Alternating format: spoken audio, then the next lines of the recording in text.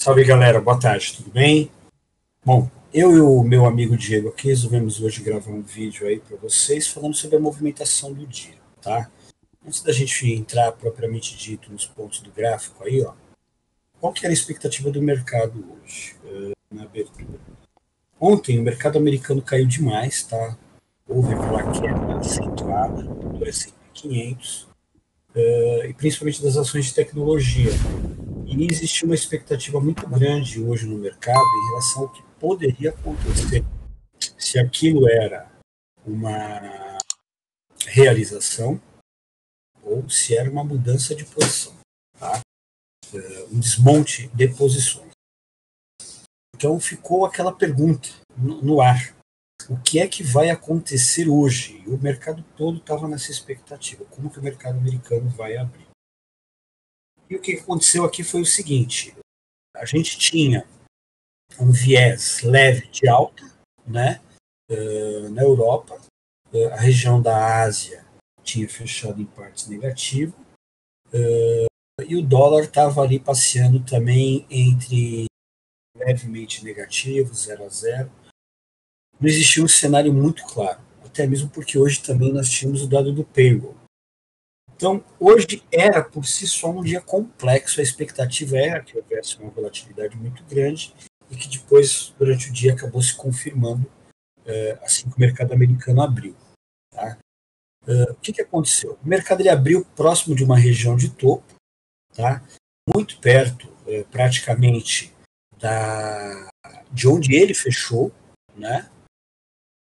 No dia de ontem, logo acima do ajuste diário.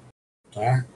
Então, o mercado já abriu já numa região de briga. Como eles conseguiram puxar para cima o mercado e ganhar essa região de ajuste, que era um ponto importante, o mercado acabou subindo.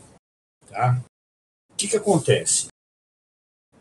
Eu até comentei de manhã no nosso chat lá que o que poderia acontecer é que o mercado não, o preço talvez ficasse enroscado ali no miolo, numa região que eu chamei até de faixa de Gaza, né, que eu costumo chamar de faixa de Gaza, e que seria difícil passar desse ponto, dessa região aí, em função de uma série de topos e fundos diários que nós temos aí.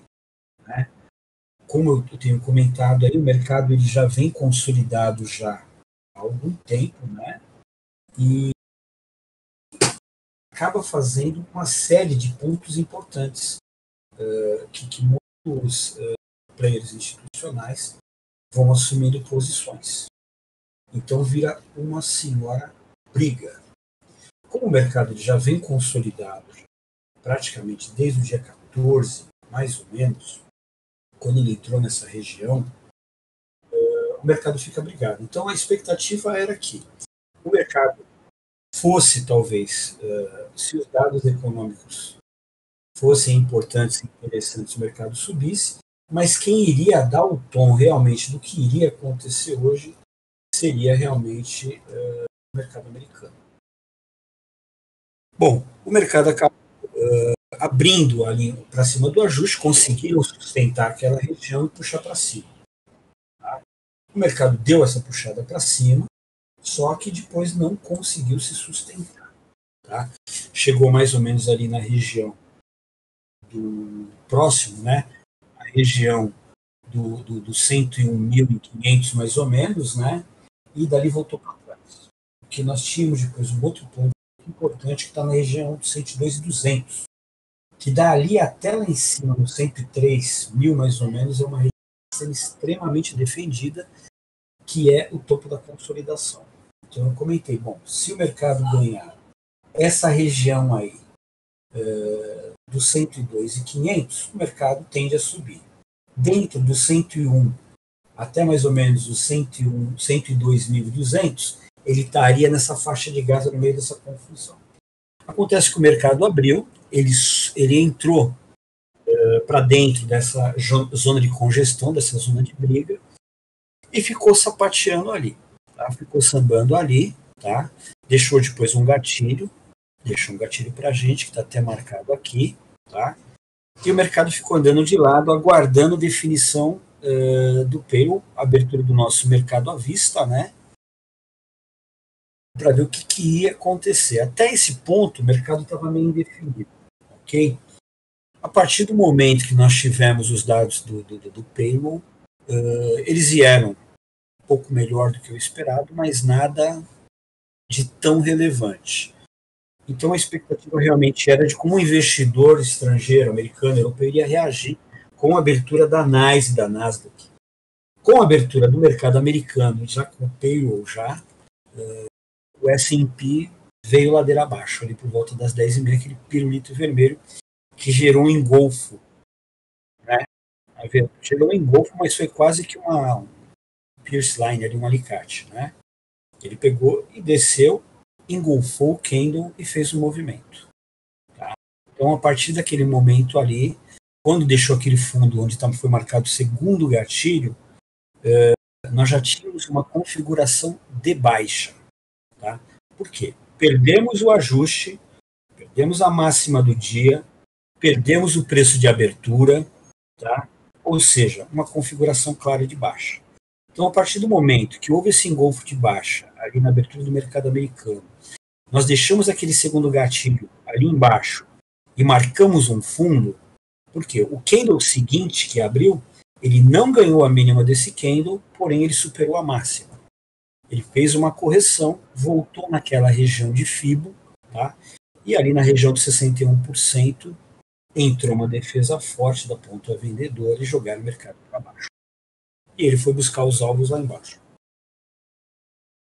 E marcando depois um fundo, depois que ele fez os nossos alvos, ele fez 100% do pivô principal que nós tínhamos marcado ali em cima, largando um novo gatilho ali embaixo. Ok? Até ali naquele ponto, a nossa expectativa ainda, eu cheguei até a comentar com alguns colegas no grupo, é que o mercado fosse ter uma continuidade de baixa, porque até então, quando ele formou um outro gatilho de baixa, ali que nós marcamos, a expectativa é que o mercado voltasse a descer, porque aquilo ali seria uma bandeira de continuidade para baixo. Eu cheguei até a comentar que falou, o mercado realmente pode descer lá embaixo, na região acho que dos 98.500 que eu havia falado. Só que houve uma reversão de mercado. Então, houve um rompimento desse gatilho, tá? O gatilho vermelho ali, ó, o outro está marcado aí, ó, nessa região. Houve um rompimento. Quando houve esse rompimento para cima, o que acontece?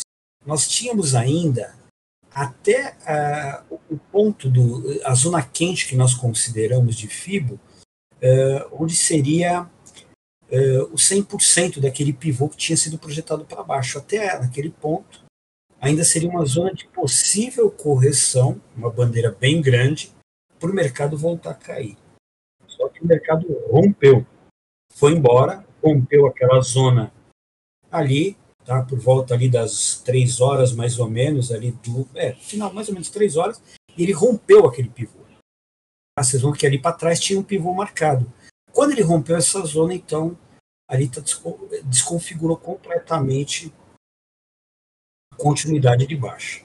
E olhando o S&P, a gente olhando a correlação, isso ficava nítido. E aí o mercado ganhou força naquele ponto e foi com vontade para cima. E houve uma reversão. Então, hoje realmente foi um dia complexo, realmente atípico, né, que os primeiros movimentos foram bastante erráticos. Esse movimento que se iniciou com a abertura do mercado americano, ele foi bem definido, porque ele pegou, fez aquele engolfo de baixa, marcou um pivô, traçar uma fibra e traçar os alvos e chegar nos pontos. Depois daí para frente ficou uma coisa um pouco mais confusa. Para operar, ficou mais fácil operar realmente a partir dos gatilhos que foram sendo marcados. E se vocês repararem, o mercado sempre iria tocar nos gatilhos para depois ter um movimento de continuidade. Que você tem alguma coisa a acrescentar, meu Diego? Absolutamente nada. Uma boa tarde para todos vocês e é só isso. Se você quiser até acrescentar e puder acrescentar alguma coisa sobre essa questão da movimentação dos preços nos gatilhos, eu É, até gostaria, porque você entende bem mais do que eu desse ponto na aí, dos verdade, a gatilhos. gente tinha marcado aqui os gatilhos rapidamente, ó, que era só para que nós tivéssemos os ranges onde o mercado ia trabalhar. Vê quando ele fechou acima desse gatilho aqui, ó, nesse pedaço aqui, vê como ele até testou, ele voltou a fechar para dentro da linha desse gatilho, mas ele não perdeu mais o fundo desse gatilho. Isso indicava para a gente que nós tínhamos encontrado o fundo do dia. O fundo do dia foi encontrado aqui, ó, quando ele fez isso. E aí você percebe que ele fez um novo gatilho aqui para cima, né? Aí tem gente que pode ficar na dúvida por que esse cara aqui não foi considerado um gatilho, porque a mínima dele já está aqui, ó.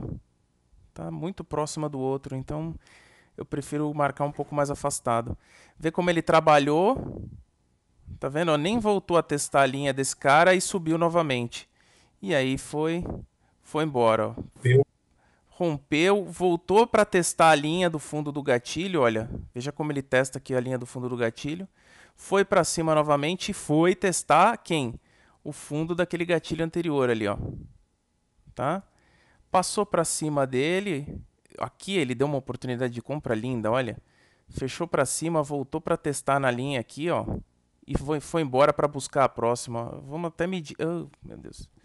Vamos até medir aqui, ó. Deu mais ou menos 200 pontos aí de trade.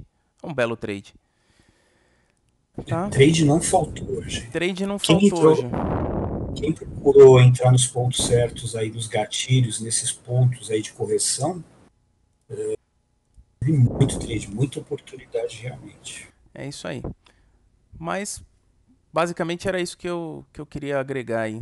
Mostrar um pouco dessa movimentação dos gatilhos aqui que ajudou bastante a gente nesse dia um pouco mais enroscado. Legal. Mas é isso, gente. Obrigado, viu? Um abraço para Aurelinha, todos. obrigado, viu? Um abraço para vocês todos aí também. Tamo junto aí. Vambora. Valeu, tchau, tchau.